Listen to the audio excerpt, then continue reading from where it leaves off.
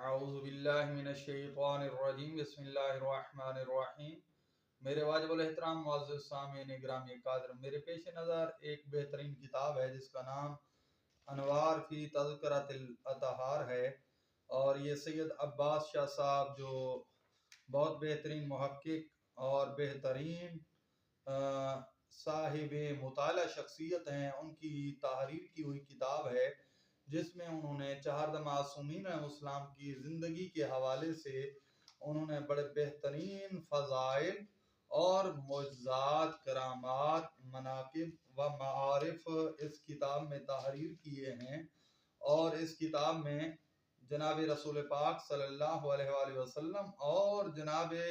امیر کائنات علی ابن ابی طالب علیہ السلام کے والدین کے متعلق انہوں نے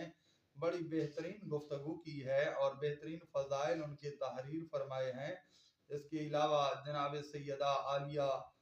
سلام اللہ علیہا اور مولا عباس علمدار شہنشاہ وفا صلوات اللہ علیہ اور جناب جعفر، جناب عقیل، جناب طالب اور ان کے علاوہ جناب سلمان فارسی، جناب میثم تمار اور دیگر معصومین علیہ السلام کے فضائل و مناقب اور ان کے اصحاب کے فضائل و مناقب تحریر کیے ہیں، اور سادات کے متعلق انہوں نے بہترین گفتگو کی ہے، اور مختلف سادات کے جو بزرگ اولیاء اللہ ہندوستان، پاکستان اور دیگر ممالک میں ہجرت کر کے آئے تھے ان کے متعلق انہوں نے بڑی بہترین گفتگو کی ہے، اور اس میں سید عبد القادر گیلانی کے متعلق بھی، جو گیلانی سادات کے بزرگوار ہیں، ان کے متعلق بھی بہترین تحقیقی گفتگو کی ہے۔ تو اس متعلق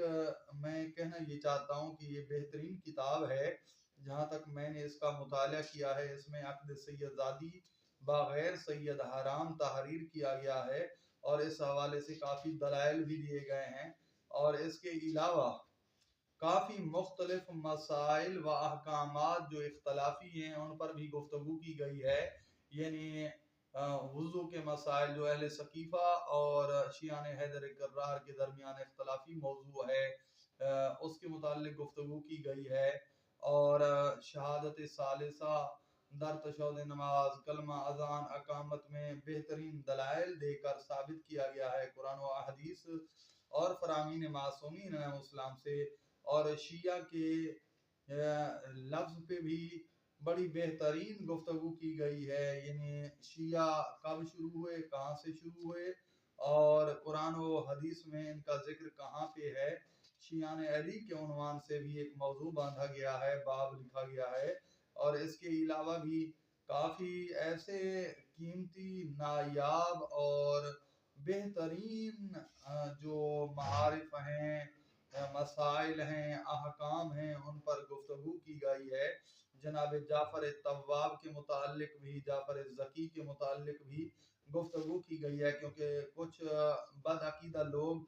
جناب جعفر کے متعلق زبان درازی کرتے ہیں اور انہیں جعفر کذاب کہتے ہیں، تو اس متعلق بھی وضاحت کی گئی ہے،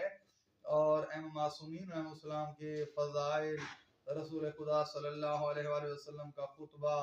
جناب سیدہ کے فضائل، مخدومہ کائنات سلام اللہ علیہ کے، اور بغض علی رکھنے والوں کے متعلق احادیث میں کیا کچھ وارد ہوا ہے یہ بھی تحریر کیا گیا ہے۔ دعا کے متعلق، تسبیح کے متعلق، کچھ ایسی نمازیں ہیں جو معصومین علیہ السلام نے تعلیم دی ہیں، ان نمازوں کے متعلق بھی وضاحت کی گئی ہے، اور فرشتوں کے متعلق،